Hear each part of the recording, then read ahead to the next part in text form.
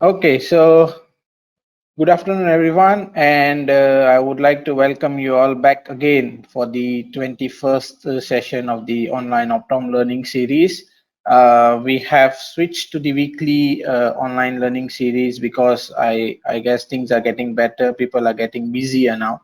I hope everyone is safe, and let's get started. So, for today's session, we have Optom Vishwa Gogri. She has pursued her bachelor's from the Lotus College of Optometry, Mumbai, India, and then she had pursued her clinical fellowship in anterior segment and contact lenses from the LV Prasad Institute, Hyderabad. She has a vast experience working in a primary eye care center as well as a consultant optometrist for about 3 years. And she has a bit of clinical experience in terms of research, working in a research lab, which was the India's first myopia lab at the LV Prasad Eye Institute. Currently, she is working at the contact lens department at the LV Prasad, and she is going to talk to us about the step ladder approach in management of keratoconus. So, welcome, Vishwa, and go ahead. Thank you, Fabian sir and Team OOLS for giving me this opportunity to present. It's an excellent initiative by the Team OOLS so that the learning continues even during these testing times.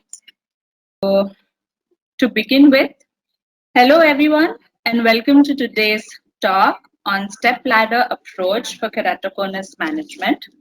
I would like to thank you all for taking time out and being here today. To begin with, I would like to emphasize on the objectives for today's learnings, which are to discuss the clinical features of keratoconus and to highlight the various diagnostic caveats of the same. I will also be talking about the various treatment modalities available for management of keratoconus, and towards the end, we will be discussing its treatment algorithm. What is keratoconus? It is a non-inflammatory disease which affects the central or the paracentral cornea, leading to progressive thinning and steepening of the affected part of the cornea, thereby causing irregular astigmatism. Hence, we have the name keratoconus, derived from the Greek word kerato, referring to cornea, and conus, referring to cone-like, suggestive of the cone-like protrusion of the surface of the cornea. It is a relatively common disorder with a reported prevalence ranging from 20 in 100,000 to 1 in 500,000. They vary in relation to environmental, genetic, and ethnic factors, and prevalence rates are different in different races.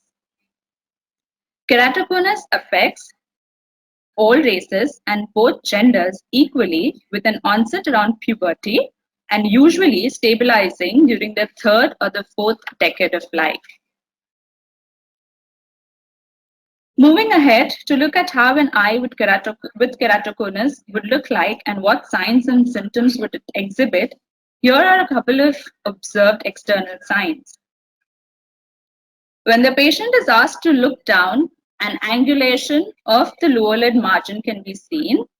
This is termed as Munson sign and generally detected in advanced cases of keratoconus. Next, we have the Rhizodus sign. This is observed by seeing the light on the nasal anterior sclera when it is directed into the cornea from the temporal direction. This is because of the total internal reflection of light due to the optical properties of the ectatic cornea. As with Munson sign, the Rhizodus sign is more reliable for screening moderate to severe keratoconus cases and is less sensitive for mild cases of keratoconus. Coming to the slit lamp findings, here is the most commonly observed but difficult to identify, the Fleischer's ring. It is formed by the accumulation of ferritin or iron particles in the corneal basal epithelial cells. It partially or completely encircles the base of the cornea and is best seen under red-free light or commonly known as under the cobalt blue filter. As the cornea continues to bulge out, stretch marks may develop in the form of thin, bright lines located deep in the stroma adjacent to the Descemet's membranes known as the Voges striae. When the cornea is depressed, Voges striae often disappear. Another common finding in cases with keratoconus is apical scarring, which is caused due to the rupture in Bowman's membrane, which produces subepithelial and anterior stromal scars. There is also development of prominent corneal nerves forming a network of gray lines. Sometimes gray dots are also visible. Here, we come to the most important set of findings which come into picture much earlier than all of the above discussed findings. And we, as optometrists, have a very important role in picking up these signs. Let's talk about the scissors reflex. Here, the light reflex, instead of being evenly distributed, appears to have a dark center, effect. This is caused because of irregular astigmatism. This is one of the most sensitive signs of keratoconus, which is detectable even in the earlier stages of keratoconus.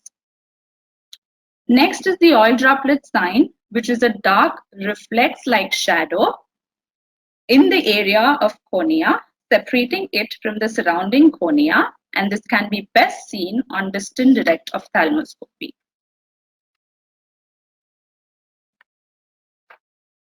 Using keratometry, there is no definite limit beyond which the diagnosis of keratoconus is certain. Patients with steep corneas with keratometry levels of up to 50 diopters and high astigmatic errors do not always have keratoconus. And conversely, patients may have low keratometry readings and yet still have the disease. Hence, these readings must be taken into their clinical context. Corneal topography is classically defined as a non-invasive exploratory technique to analyze both the qualitative and the quantitative morphology of the cornea. It helps to map the corneal surface in various ways. It highlights the areas of elevation and depression on the surface of the cornea and also provides analysis of the corneal curvatures and thickness both qualitatively and quantitatively. Understanding corneal topography is in itself a very big concept, so I will not really dive deep into it, but we'll discuss a few basic concepts that are required for the diagnosis of keratoconus. Every topography map that you see has a color scale with which one can get an overview of the condition across various maps.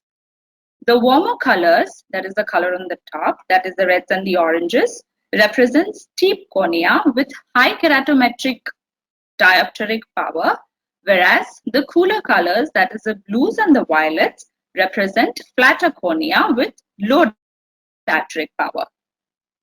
The green and the yellow colors represent normal corneas. These colors hold true for most of the standard scales, but bear in mind, we cannot rely on this solely as it is a customizable option. Hence, one needs to take into account which scale is in use while overviewing a corneal map. So this is how the corneal map from a wavefront oculizer would look like. If you have a look at your top left corner, that is where you will find the demographic data of the patient. Here you can see there are 4 different types of maps that are there. The first one is known as the eggshell map, which gives you the overall idea of the curvature of the cornea.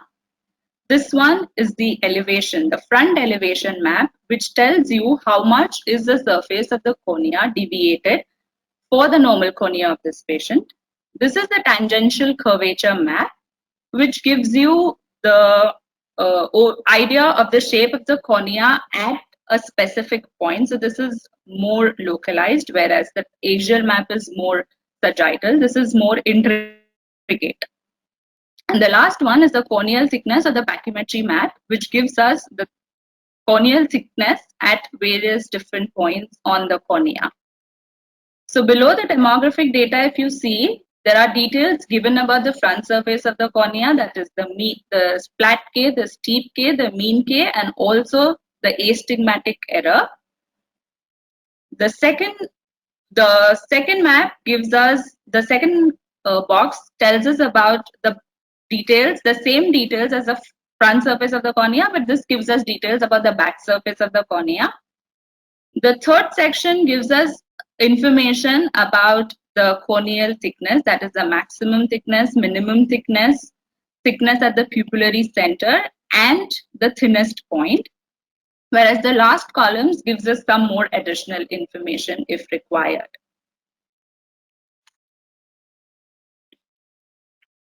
The other parameters that help us, the topographical parameters that help us in the diagnosis of keratoconus are the inferior minus superior, that is the I minus S index, and the skewed radial axis.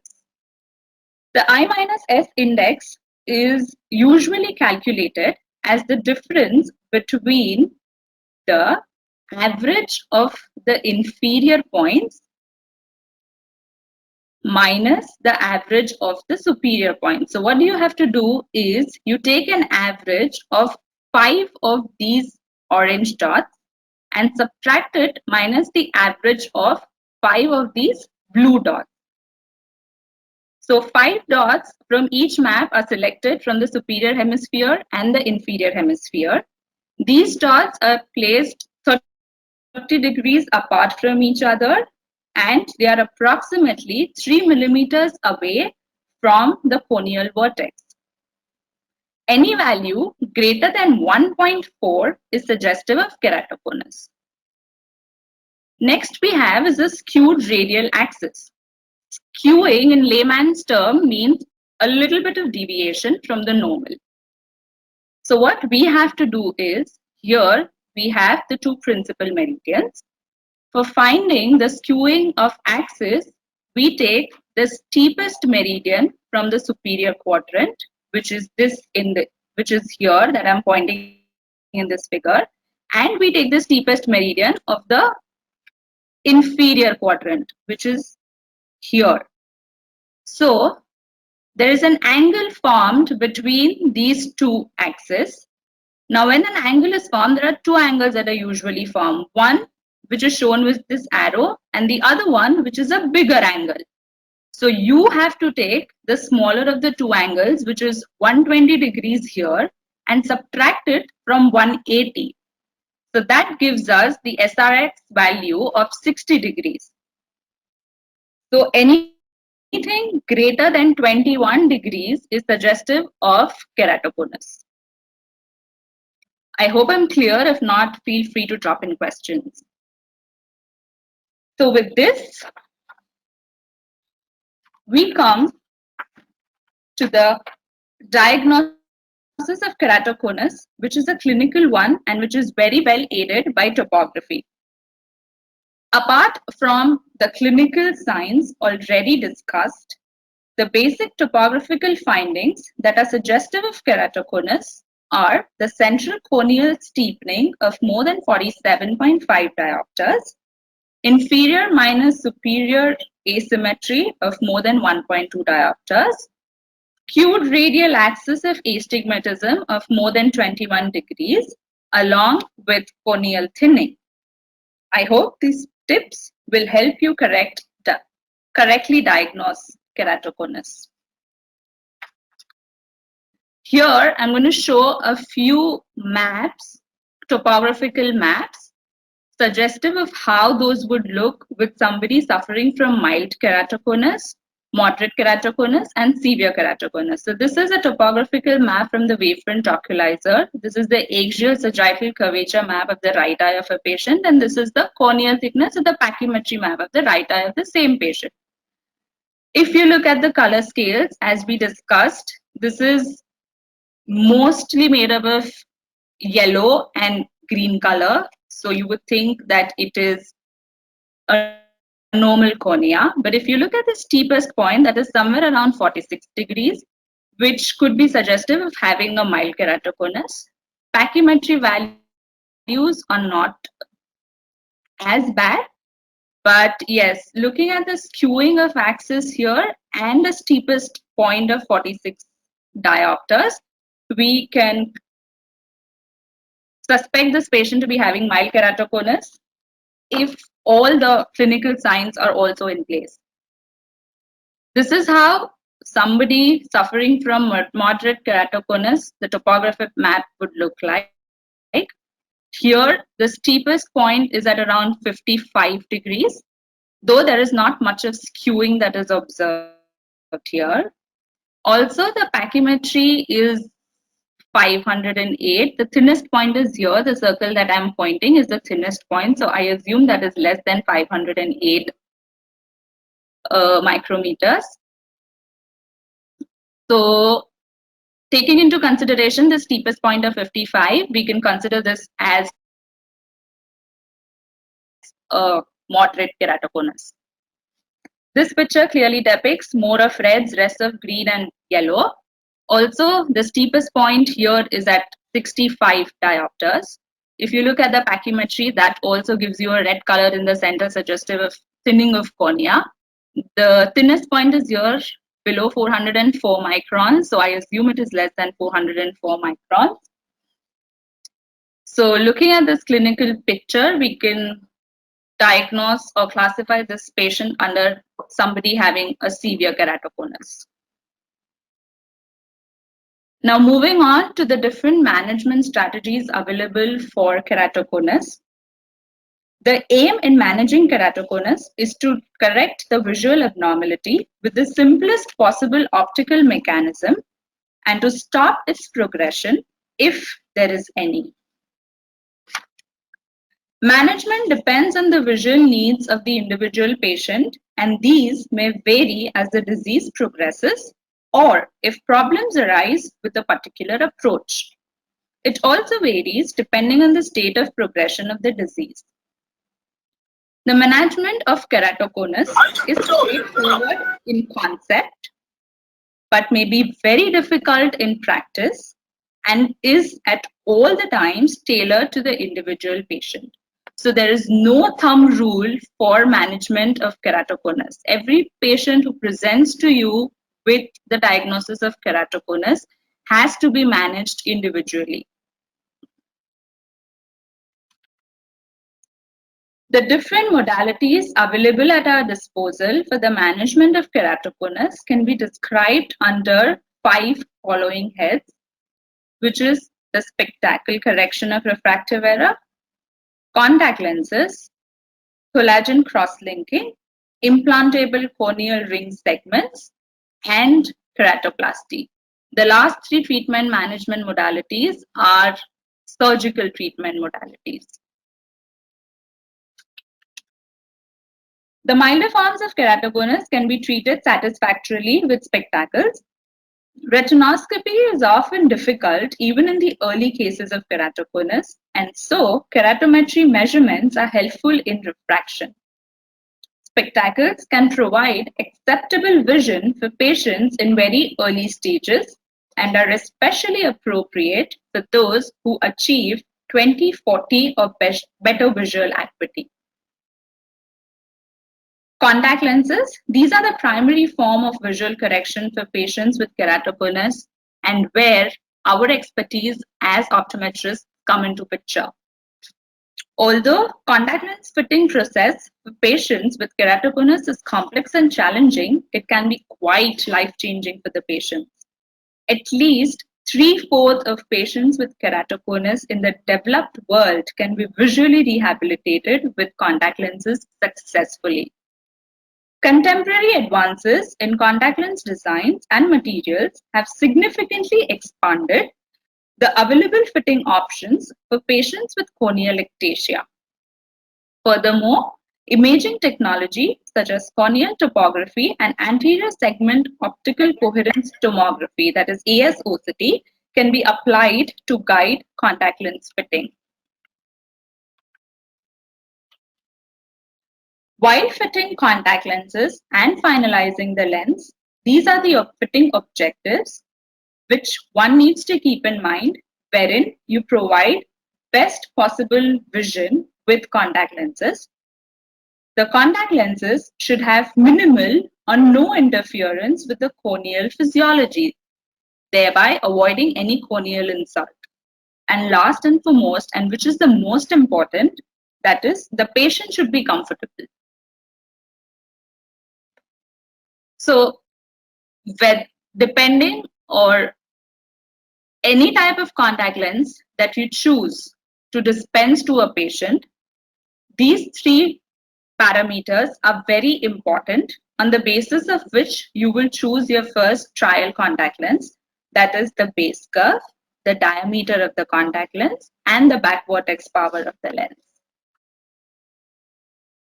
While choosing your first lens for trial, these are the things which need to be seen, which are the cone position, size, and shape. So if you look at these three images on your screen, the first image, as discussed in the topography map, this is the axial map of a patient's right eye. If you look at the position of the cone, it is in the center. The size is not very big and it is of a small shape. So this is usually called as the nipple cone.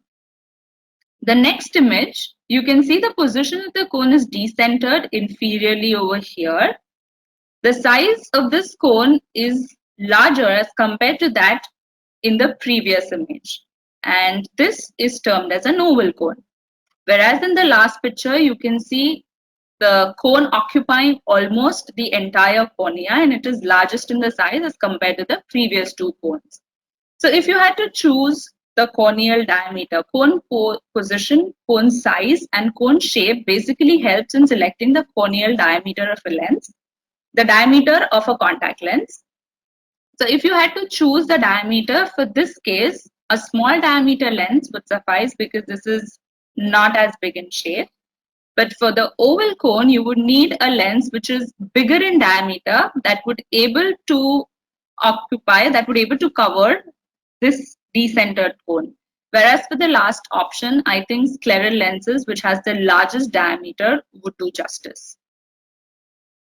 You also need to take into account the corneal toricity, which helps in determining both the back vortex power and the base curve of the lens.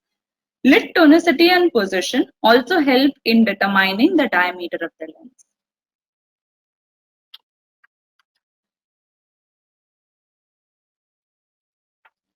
Keratoconus is managed by many different contact lens designs. No one design is best for every type of keratoconus.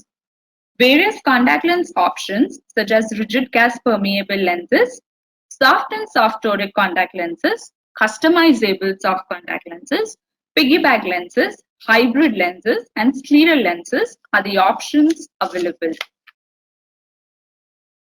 Soft toric contact lenses are for early cases of keratoconus with 20/20 vision and astigmatism not more than 3 diopters. Different companies that provide soft toric contact lenses are Bausch & Lomb, Johnson & Johnson, Alcon, and CooperVision in the Indian market. RGP lenses. These are the first choice of lenses, and they are also the gold standard for fitting patients with keratoconus.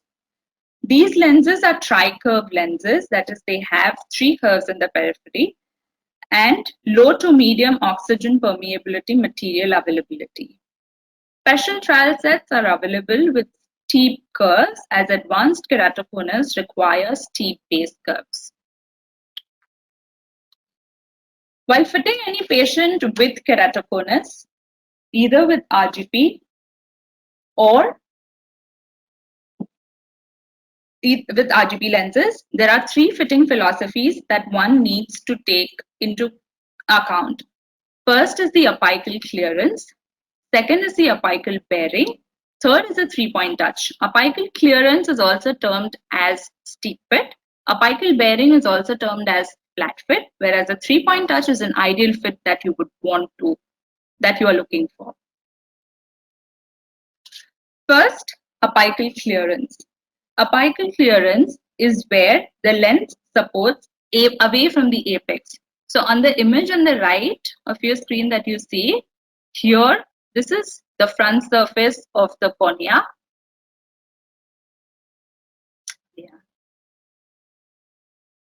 This is the front surface of the cornea.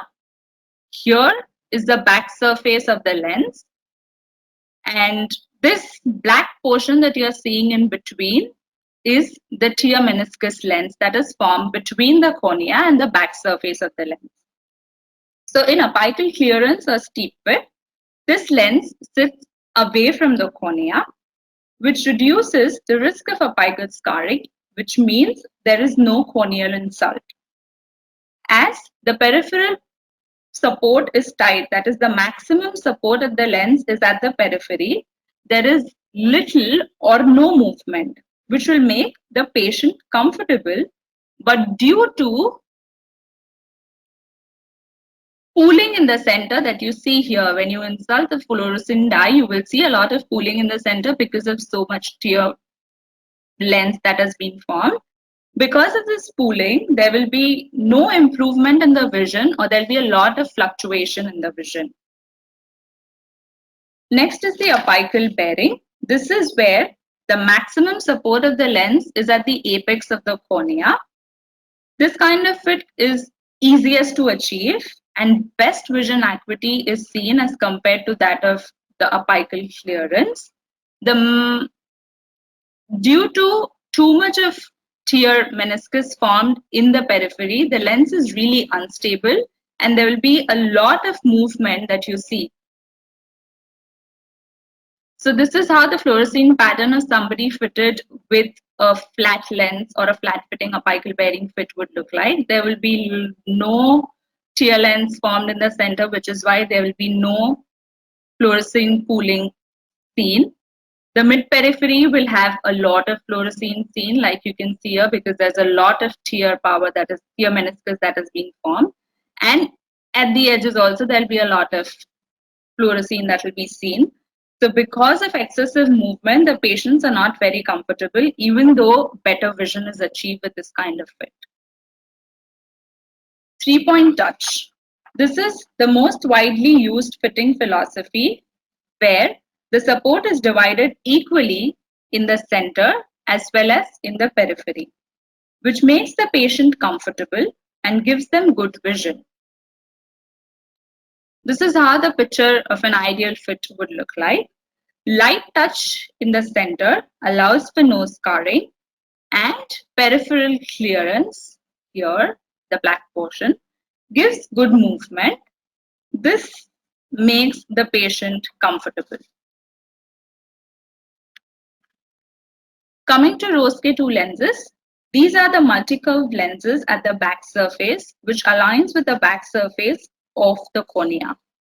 So if you see, this first picture is that of a normal RGB tri-curve lens, and this is the picture of a Roske 2 lens.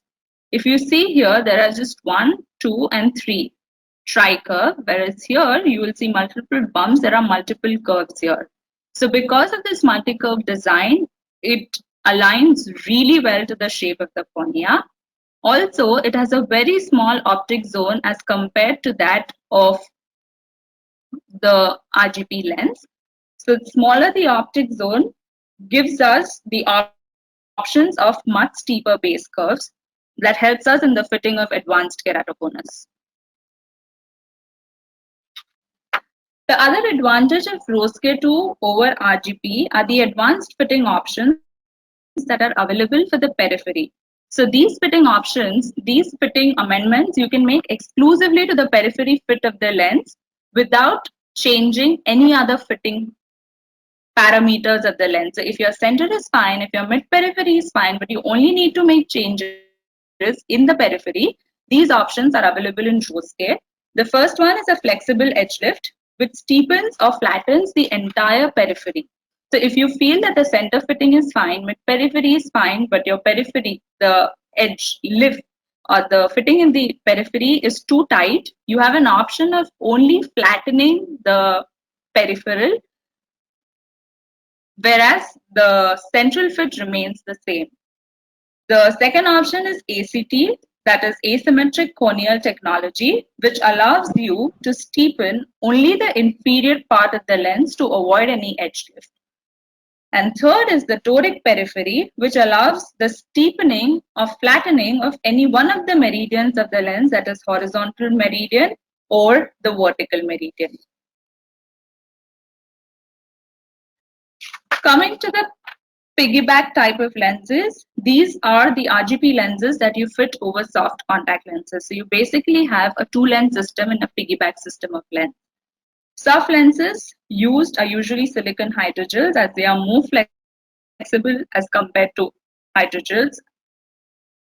The indications of fitting somebody with piggyback system are poor stability of RGP lens, apical scarring, and when the patients are intolerant to RGP lens.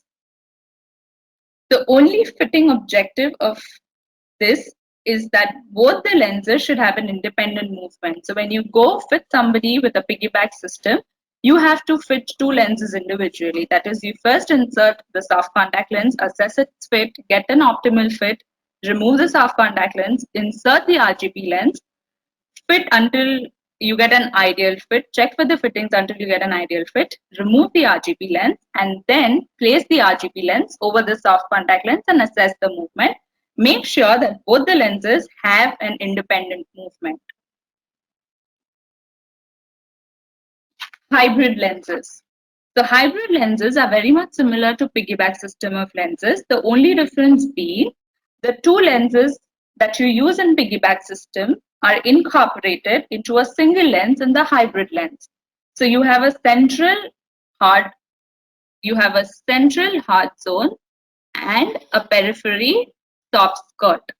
So the central RGP gives good vision, whereas the soft skirt in the periphery gives good comfort. So the piggyback lens system has two lenses with two different solutions, whereas a hybrid lens is one lens with only one solution. Kerasoft IC. You can call these as type of customizable soft contact lenses. These lenses are manufactured by a company in the United Kingdom called the Ultra Vision. They have an option of both hydrogel material, that is Filicon 2, which is available for a 12-monthly replace modality, and a silicon hydrogen material, that is Efrofilicon A, that gives you a 3-monthly replacement modality. If ever you choose to dispense the hydrogel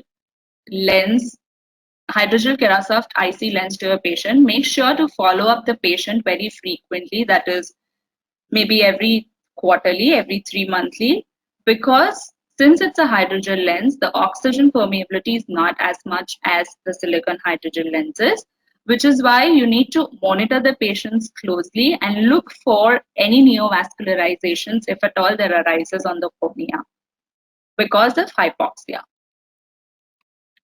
The lens designed for Kerasoft IC, it's basically a front surface aspheric toric, which can incorporate up to 15 diopters of cylinder. It uses a Prism-Ballas technique for the stabilization of the toricity and a balanced overall thickness.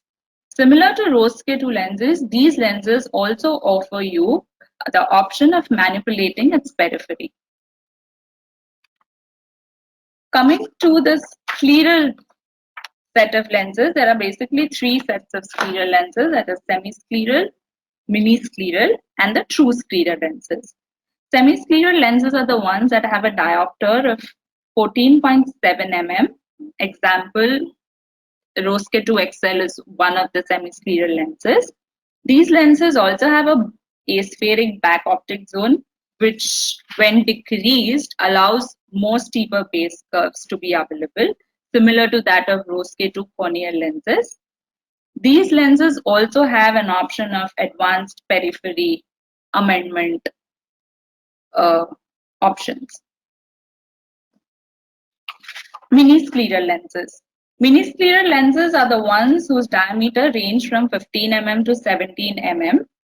These lenses rest entirely on the anterior sclera, which reduces the mechanical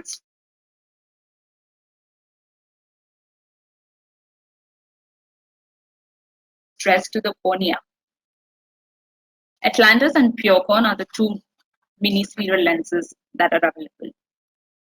Coming to the lenses or the big lenses, these lenses have a diameter that starts from 18 mm and goes up to 22 mm. The fitting philosophy of scleral lenses is quite similar to that of the mini-scleral lenses. Coming to the surgical treatment modalities for keratoconus, corneal collagen cross-linking is a novel approach that aims at increasing the mechanical and the biochemical stability of the corneal stromal tissue. The main goal of this procedure is to slow down or arrest the progression of keratoconus. Next is the intracorneal ring segments. These are made up of polymethyl methacrylate. Here, these are the two ring segments that you can see. These ring segments are implanted deep into the corneal stroma, which helps in reduction of the corneal distortion in keratoconus by flattening the steep area of the cornea and reshaping it. So here, when you insert these rings inside the stroma, here, this is a cross section, there are the two rings here. So the steepness is now flattened. The primary aim of implanting ICRS is to restore contact lens tolerance and prevent the need of keratoplasty. It also helps in improving the spectacle corrected visual acuity of the patients by a few lines. Last but not the least is the corneal transplantation. Corneal graft was the traditional recourse for advanced keratoconus previously. Today, if a patient comes to you, he is eligible for corneal transplant only when spectacle correction is insufficient, continued contact lens wear is intolerable, and visual acuity has fallen to unacceptable levels, that is anything less than 20/80, not improving with spectacles, not improving with contact lenses.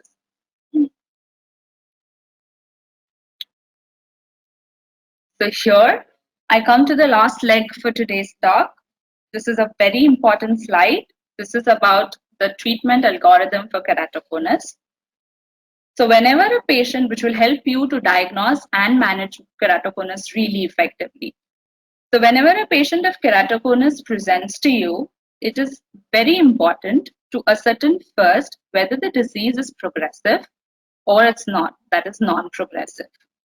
If it's progressive and if the corneal thickness is well within this range, then it's a good idea to plan corneal collagen cross-linking, and then subsequently visual rehabilitation can be done with the help of glasses or contact lenses, whatever the patient is comfortable with, and depending upon the severity of the condition. If the disease is stable, that is non-progressive, and the patient is comfortable with his vision with glasses and contact lenses, they can continue using glasses. If the vision is not really great with glasses, and if you feel that there is a chance of vision improving with contact lenses, then one can refer the patient or get a contact lens trial done and dispense it. If the patient does not tolerate contact lenses well, then we can give them an option of Intacs. This is given only to a very small subset of patients who are suitable for Intacs and clearly explain them the expectations of the procedure. Furthermore, in cases of advanced keratoconus or contact lens intolerant patients having poor vision with spectacles, corneal transplant is one option. If you've tried all different types of corneal contact lenses And if it is a case of very advanced keratoconus, then scleral contact lenses is also one of the options, since it provides much more comfort to the patient than the corneal lenses. So here with this, I come to the end of my bit of share for today. Now it's your turn to contribute. We will now be discussing a couple of cases. I will give you the initial details of the patient and you can give your views for the diagnosis and management plan for the same. So to begin with, case 1, 17-year-old female, student by profession, who has a history of diminished vision for distance and near since 3 years, left eye more than the right eye. She has a history of using glasses since 3 years. There was no history of trauma or injury. The uncorrected visual acuity for this patient was counting fingers 1 meter in the right eye and counting fingers close to face in the left eye. The best corrected visual acuity was 2320 with the following refraction and counting fingers 1 meter with this refraction.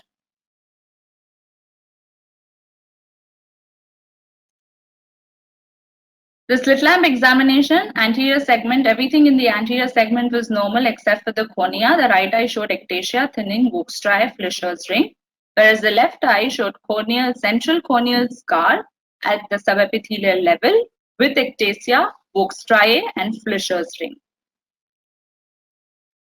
So the oculizer also gives you an advanced option of having a comparative analysis of the patient's axial maps at the interval of different times. So this map in the center is from 2017, November 2017, whereas on the left is from June 2019. So if you compare these two maps, you will get the result here where you can see a progression of 3.1 diopters in almost 1.5 years. Here are the pachymetry readings, 372 here and 392 here. So what would be your diagnosis and plan of management based on all that we have discussed, especially the last slide that we went through?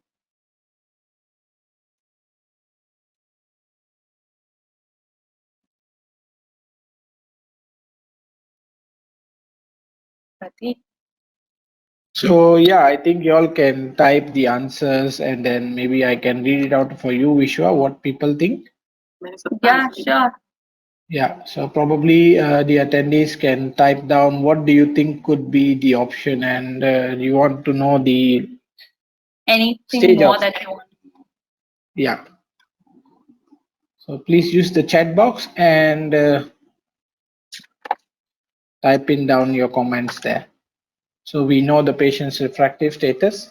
We know the patient's condition from 2017 to 2019 as per seen in the topographic image. So what do you think is the best suitable management option, right? Is that what you want, Vishwa? Yeah.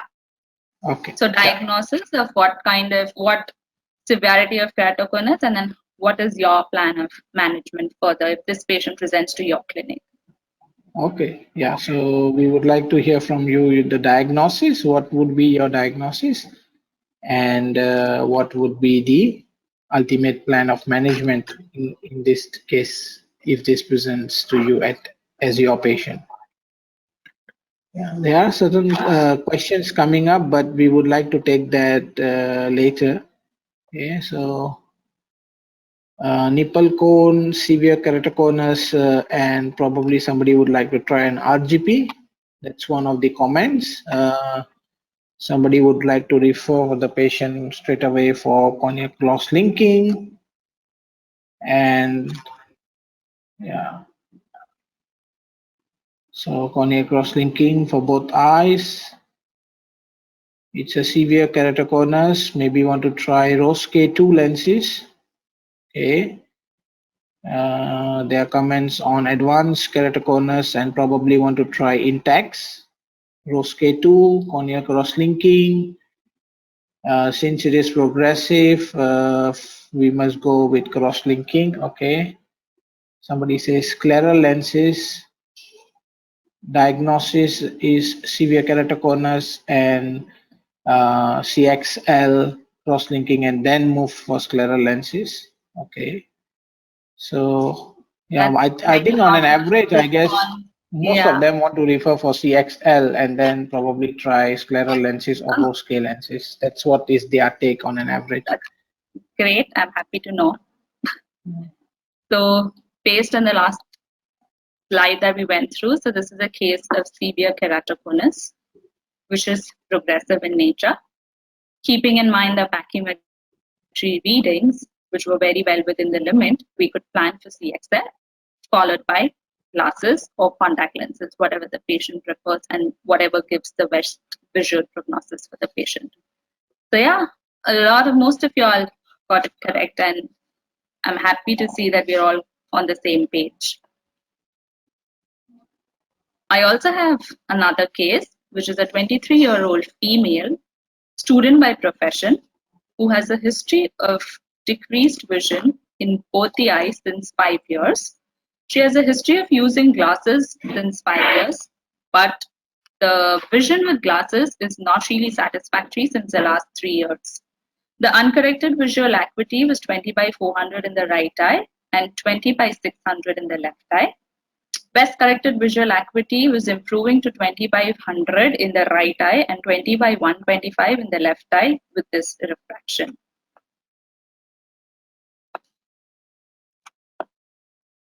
These are the anterior segment findings, everything within normal limits except for the cornea.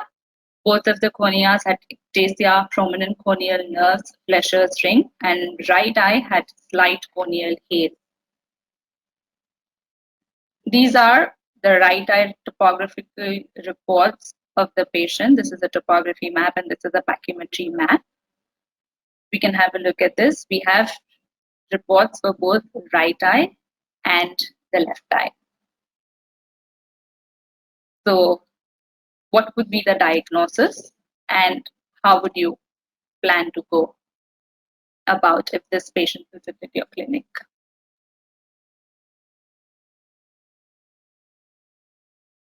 Okay, so Also, keep your thoughts coming in. Yeah. One more piece of information to give. When we compared these reports to the previous reports of the same patient, there was no progression noted.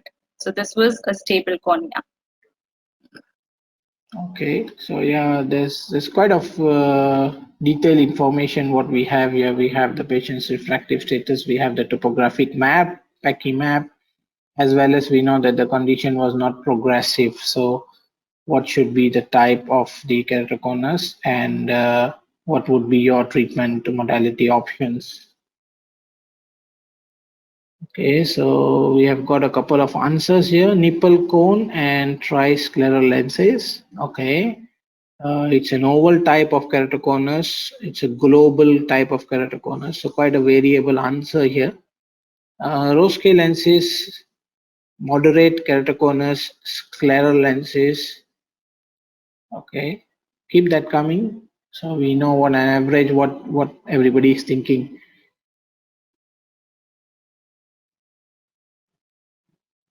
So right eye nipple cone, non-progressive keratoconus. It's an oval shape, triscleral lenses. Okay. Oval keratoconus management is scleral lenses. I think everybody wants to put scleral lenses now. ROSK or scleral lens. That would be larger optic zone ROSK lenses. Okay.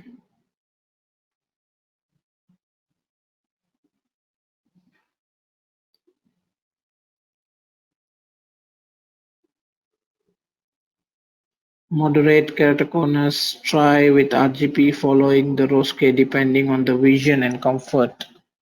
Yeah, we have a lot of options here. Yeah. Okay, so I think it's a quite mix. Yeah. Let's hear your thoughts. Yeah. All right. So this is a case of severe keratoconus again. which is non-progressive in nature.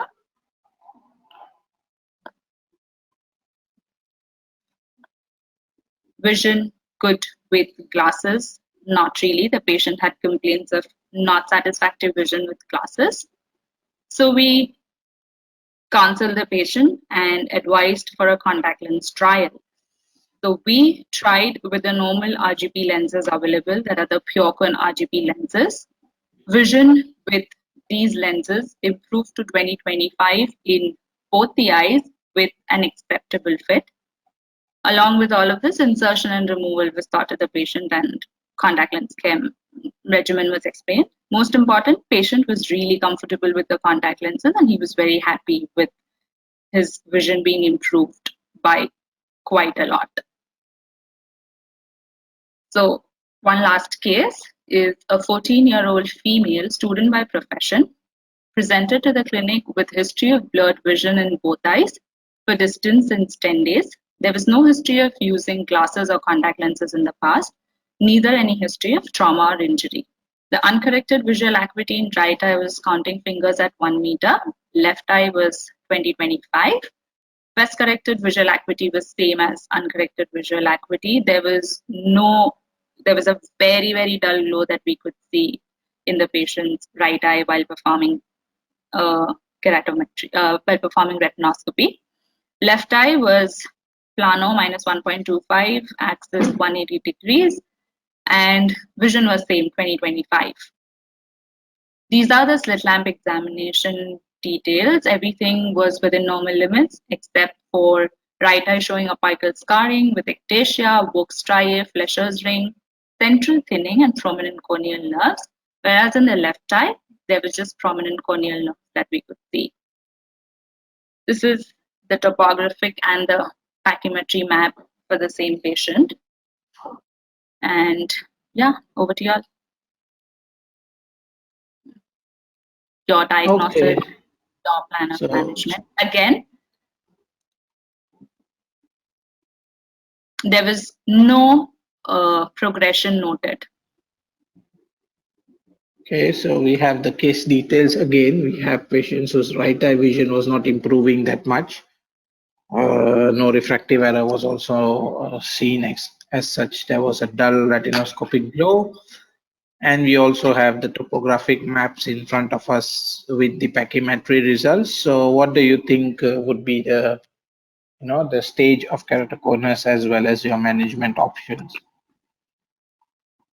Okay, so we have a couple of answers. Oval cone, it's a severe keratoconus.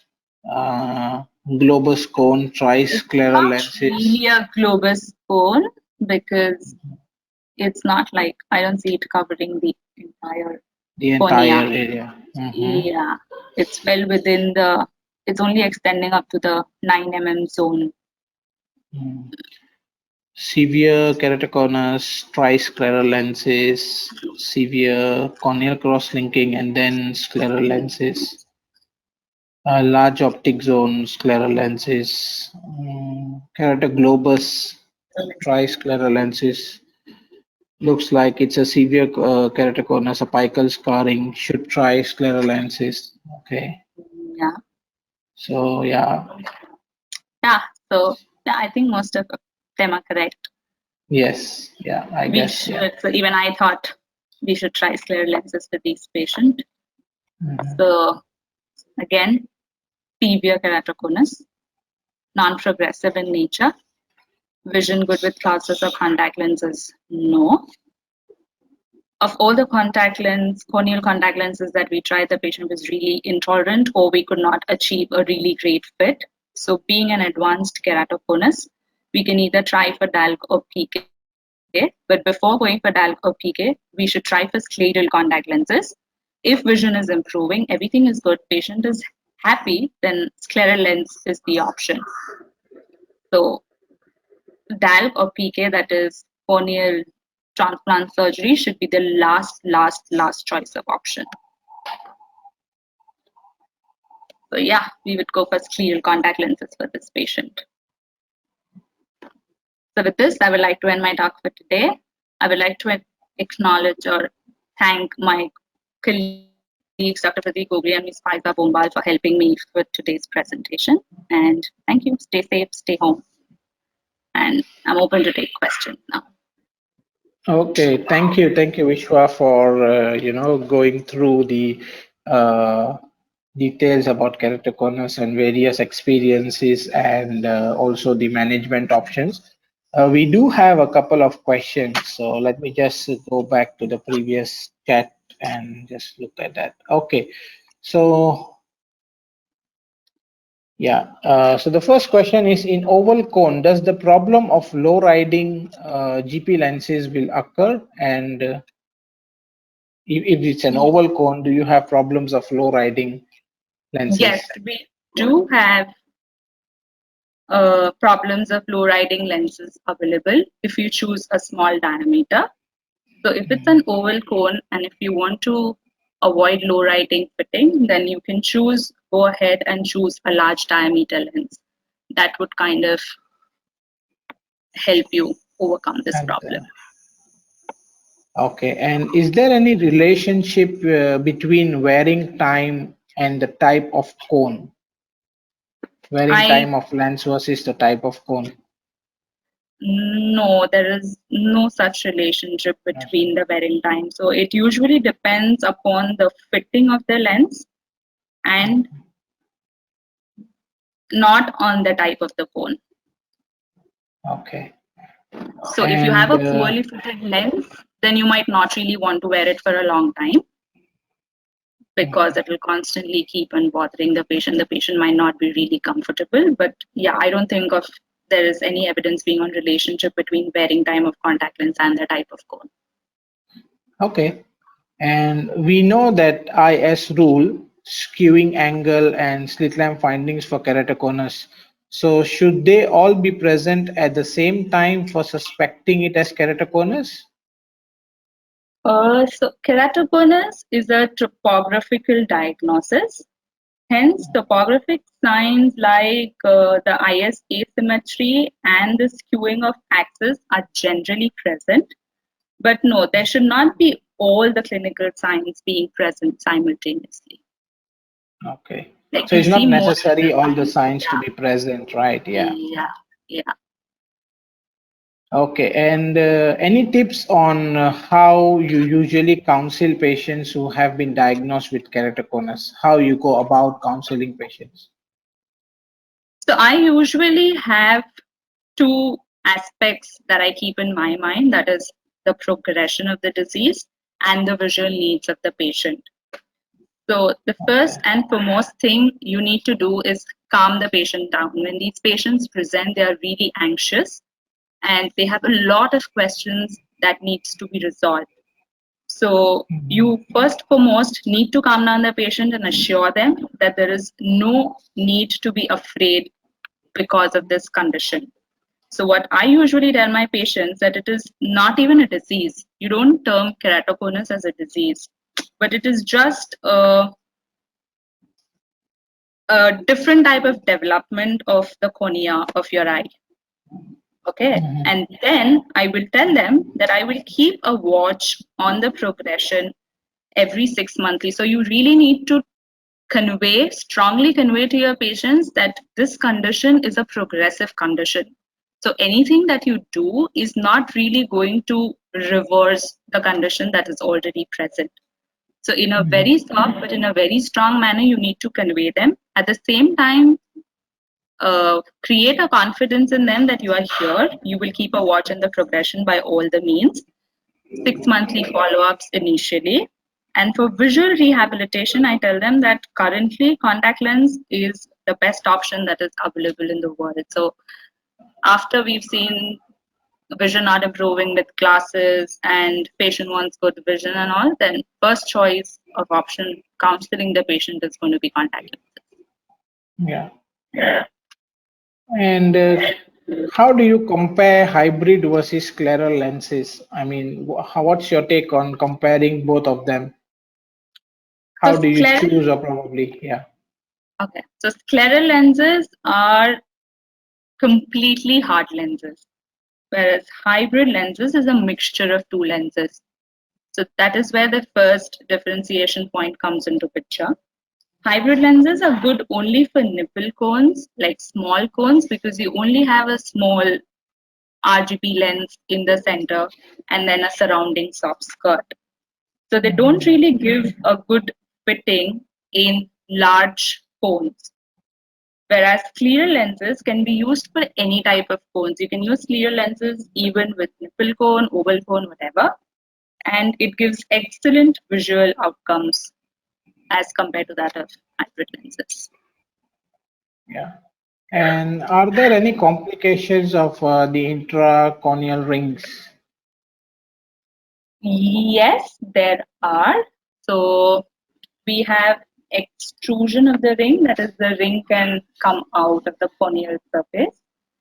We have microbial keratitis, infection to the cornea, dryness of the eyes, and there can also be corneal melting. So a surgeon has to be really careful while performing a surgery because it's a perforatory type of surgery. So you perforate into the cornea. Yeah. And is there any philosophy with which we can control keratoconus progression with any type of lenses?